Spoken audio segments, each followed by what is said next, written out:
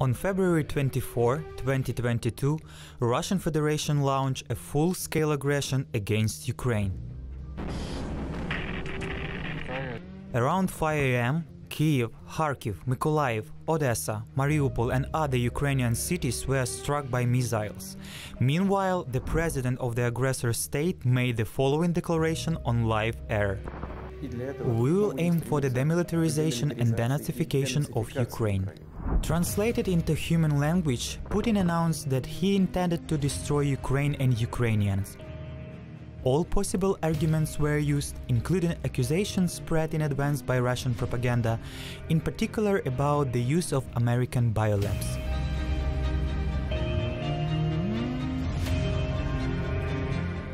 A few hours after the start of Russian aggression, Ukrainians all over the world took the streets to call for the aggressors to be stopped. They hoped that such protests would stir up Russia too. None of that helped. Sociological studies conducted among citizens of the aggressor state were shocking. Half of the respondents believed in biological weapons, which were supposedly produced in Ukrainian laboratories. After all, these theses had been hammered into their heads for a long time. This was fully aligned with Hitler's ideas, a lie so colossal that no one would believe that someone could have distorted the reality with such an impudence, he wrote in Mein Kampf. The Russian leadership took his cue from the Nazis. Dear colleagues, today the Parliamentary Investigative Committee met for the first time to investigate the facts of creation of biolaboratories on the territory of Ukraine with the support of the United States. Even Russian scientists called such statements nonsense and demanded that the government and its media minions stop the flow of lies. They did not stop though, expecting that after the COVID pandemic, their false theory would find its supporters. Больные лежат вот так в коридорах. Свободных кроватей тоже нету. Public opinion was heated up by the pandemic, which was all about how to protect yourself from infection, whose origin is not quite obvious. To promote Kremlin narrative, the mass culture unwillingly helped, which had never avoided the topic of deadly viruses, epidemics and pandemics. Scientific research proves that people who love all kinds of horror movies and stories about the apocalypse are more ready for challenges. At the same time, they are more likely to believe in incredible facts. Because science is like that, it invokes some kind of psychological effect of secrecy from an average person, though there are some complexities in it, and Russia uses it in its hybrid war. For several years, the Kremlin's propaganda persistently screamed about American biolabs in Ukraine, which allegedly cultivated viruses that were deadly for Russians, despite the fact that there are such institutions in every country, including Russia itself, and they have not been created to invent ways to kill, but to save lives. In order to correctly identify certain microorganisms, bacteria, viruses that lead to various infection diseases, you need to have these microorganisms and viruses in a living state, to store for a long time. You can store them in a frozen form at 80 degrees. They are needed to be able to compare pathogens that caused a particular disease with pathogens known before. The truth is that 6 years ago an actual program Silk Road was active in Ukraine, which was the framework for Americans to help build out biolabs in the entire world, including Ukraine. This fact was reported absolutely openly and officially. The website of the United States Embassy in Ukraine still has a complete list of these laboratories. This is not a secret information, as well as the fact that they did not work at full capacity. Unfortunately, these laboratories never came into operation. The Americans did everything very well. They have implemented the project. By the way, the BioLabTech company, with which we have been collaborating for a long time, actually was building in the right places. And they had brought the most modern equipment for that time. But Ukraine failed to find professionals, people able to work on it. Besides, Ukrainian biolabs were not as big and potent as, for example, the well-known institution in the Chinese city of Wuhan, whose footage had traveled the world during the COVID-19 pandemic. It was built by French, and the Chinese government spent $44 million on it. It's like a submarine, where everything is isolated and people work there in spacesuits. There are very strict conditions there to prevent possibility of agent transmission. There are similar laboratories in the United States. During the times of the Soviet Union, the same existed also in Russia. Ukraine had never had such biolabs. BSL 4 class, Ukraine didn't even have BSL 3 level labs, although it should have them in order to work at least with the coronavirus. BSL 3 is needed. The BSL abbreviation stands for biosafety level. If you work with parasites in a lab, it is sufficient to wash your hands. If you work with Staphylococcus, Salmonella or COVID, it is more difficult. The safety level should be higher. Nowadays, the government only allocates funds to support such laboratories in various regions. The funds are issued to support our work at BSF 2 level. Сейчас H1N1 уже не так опасен. Этим вирусом переболел каждый третий житель Земли. У людей выработался естественный иммунитет. Более того, в большинстве стран провели массовые вакцинации. In 2009, when a swine flu epidemic broke out in West Ukraine, even some Ukrainian politicians cried out about bioweapons used against Ukraine. The statements turned out to be really fake. In fact, laboratories in the regions were created as the government and scientists' response to a new challenge. These labs are necessarily in order to quickly localize a given disease, because after purely clinical manifestations, it is important to determine what kind of illness it is. And biolab is needed to quickly create corresponding method of diagnostics along with diagnostic reagents, which would allow for determination of a given biological agent in 3–4 hours. Thanks to the equipped labs, Ukrainian scientists were working during the time of coronavirus pandemics. We began thinking how to save those people. There were hundreds, thousands of them in Ukraine, who were all dying from the acute respiratory distress syndrome, such a long name ARDS.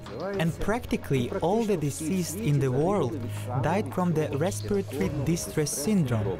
And we had learned how to induce it in rats. We can create this syndrome in any rat. It will also go through difficult times. It can also die. And actually, saving the rat was our goal. We studied gene expression in our rats and tried various approaches to change the activity of the expressed reaction to the experimental conditions. And we obtained a very nice result. This research was supported by a grant from National Research Foundation. For Ukraine, these were very positive changes in management, in science. Although we haven't succeeded yet to apply this invention in practice. And this will be implemented when farm industry get interested in it. The problem with our science is that it runs ahead of the demands by economy and industry. I.e., we work at the world level, find something new, and this very progressive. New is not needed by our industries, by our factories and plants. They are not ready to adopt, and therefore this work is rather for Western businesses. They may find it interesting. If everything goes well, we will have a new drug for curing acute respiratory distress syndrome. Meanwhile, Russian society was very scared by coronavirus. A Russian-made vaccine named Sputnik had immediately gained a scandalous reputation. A bunch of EU countries immediately refused it. In Russia, even vaccinated people often got confirmed infections, often with lethal outcomes. Russian leadership had channeled all this fear against Ukrainians by means of propaganda. For fascist regimes, which are based on the idea of the nation's purity, one of the fears manifests itself as a fear of infection or pollution. Therefore, the struggle of the nation with the foreign people, which is the subject, is always presented as a plot or narrative of purification from contagion, infection or pollution. Thus, that is exactly why Ukraine was accused of this. This is an imaginary crime for the organizations of laboratories. It is pollution of the nation's body. American historian and philosopher Timothy Snyder is convinced Russian television is mostly fascist. It has a complete dependence on big lies. However, seems that it was not accidental that the Kremlin leader gave direction to his propagandists to spread the narrative about Ukrainian biolaboratories. It is not a secret that Putin has been very afraid lately of being infected, at least for the past few years. As far as I remember, it started long before the pandemic, but as pandemic started, this took an grotesque forms. Shocking facts periodically leak into the media. All the close contacts of Russian president are under the close supervision of doctors. They are forced to undergo humiliating tests not only for COVID, but also for simpler helminths, to spend sometimes months in quarantine. And billions of rubles are spent on all this. Back in 2017, when Putin traveled to France, journalists of Paris Match magazine revealed the biggest secret of the Russian president. He goes to the restroom with the bodyguard who has to collect all dictators' excrement in a black suitcase. It seems that every dictator has his phobias. Adolf Hitler was mortally afraid of dentists. Putin, most likely, became a victim of misophobia, a fear of viruses and bacteria. Maybe the matter is in the KGB past. After all, the Soviet Union became interested in biological weapons back in the 20s of the last century. Laboratories that worked with viruses and pathogens were scattered throughout all the territory. In particular, they were also in Ukraine. Well, collections of microorganisms remained with us and were preserved even in Soviet times.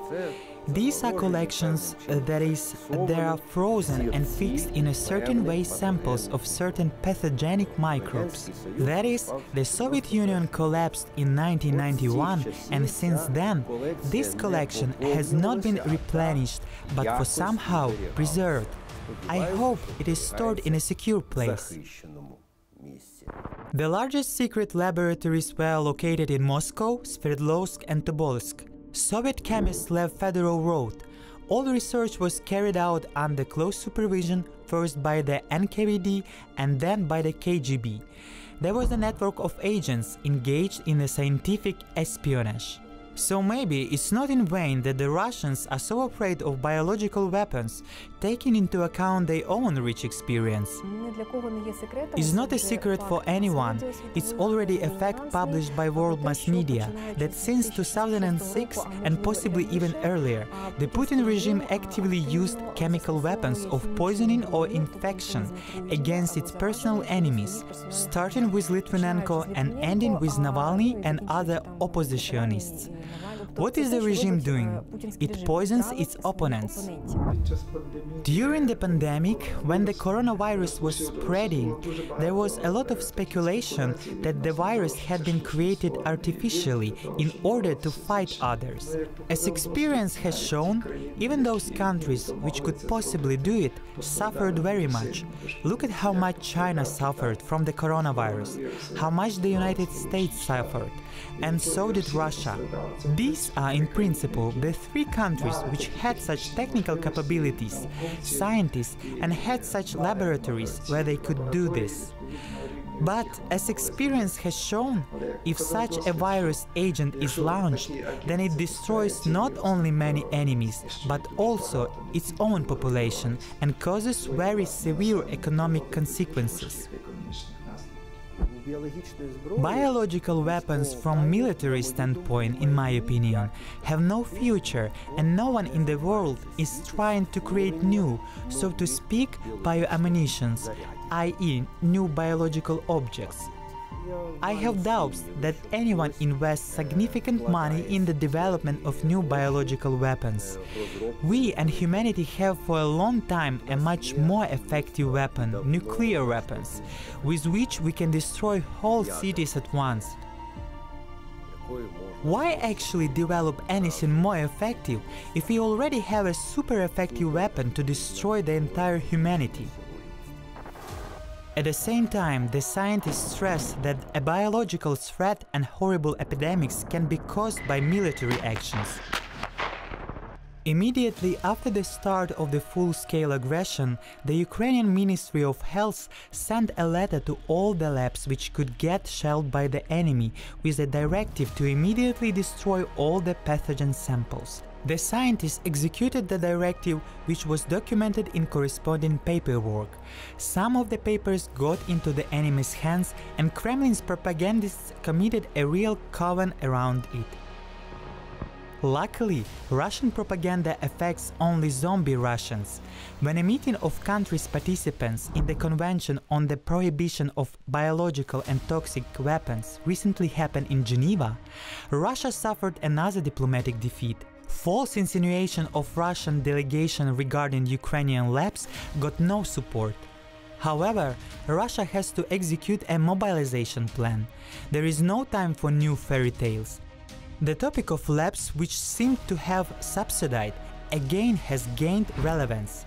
Some clips from a new film, which is being produced by Russian artists, are already circling the internet. Биооружие уже может быть в России. Мобилизация медработников идет не на фронт, а в прифронтовые области, где уже наблюдаются очаги заражения. Nowadays, more and more often, the declarations sound about Ukraine creating a genetic weapon, directed particularly at Russians.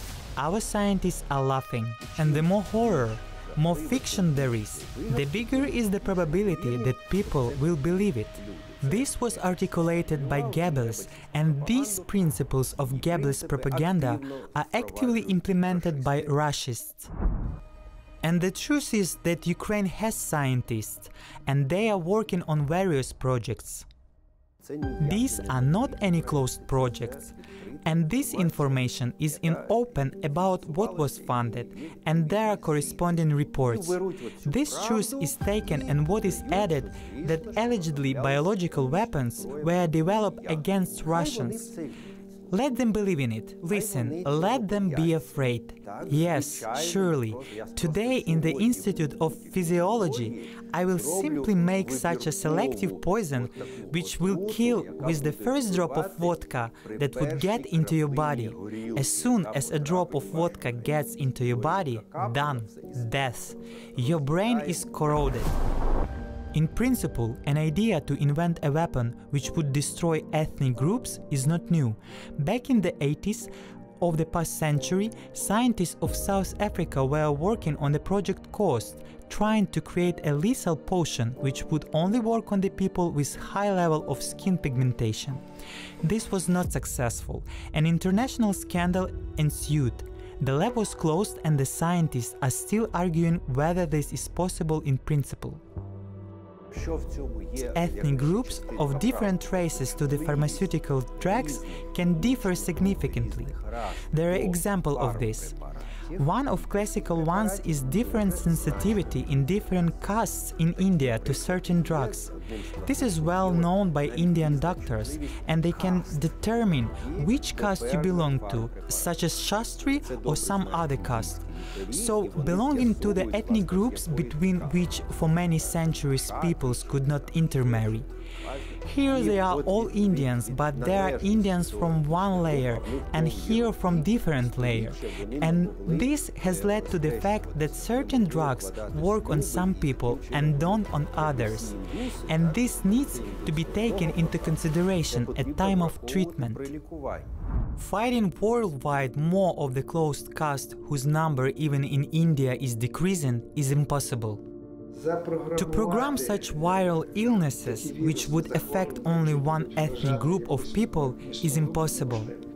The knowledge which exists tells us that between different, even very big isolated groups of population, there is no substantial difference at the genetic level. In order to create something of this kind, one needs to know, for example, that Russians were isolated for thousands of years and they never crossbred with other people, other races. However, this is not true. Russians, like Ukrainians, have other additions in their blood, and possibly this is the only thing that we have in common. Certain ethnos, certain nations differ from each other. This affects a way of thinking, cultural values, compassion and common understanding of anything. And this match or mismatch make us our own or foreign. And this has little to do with the genetics. These are traditions, culture, social phenomena which have little to do with the genotype. That is, any Afro-American who was born in Ukraine and who grew up in Ukraine, he would become an excellent Ukrainian, wonderful. He would share with high probability all our values. Yes, all real Ukrainians rose to protect their homeland. Among them, Viktor Storozhenko, a professional actor who became a volunteer and took up arms. Who am I by nationality? I am Ukrainian, friends. Nothing else could ever exist. My nationality, even if I look like an African man, this is just blood. I have African blood, but I have never been to Africa. I don't have an African passport. Nationality, it is written in the passport. From the first day of enemy invasion, Viktor was in the territorial defense. Later, he joined the armed forces as a volunteer. He learned to shoot and kill. In August, their position in the front was shelled by cassette mines. Viktor was severely wounded, but luckily, his eye was saved.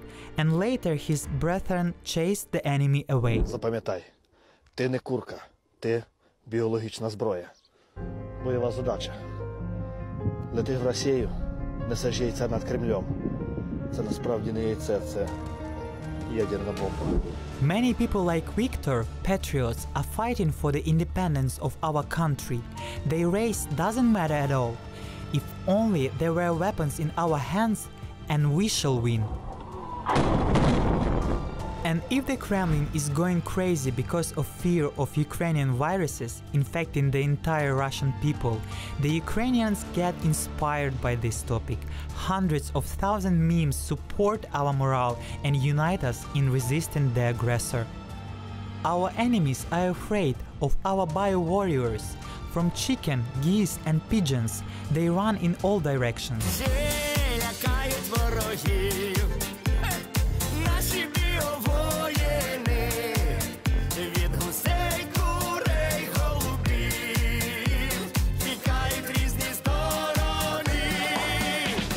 Let's stay calm and keep our critical thinking and believe in the AFU and the victory.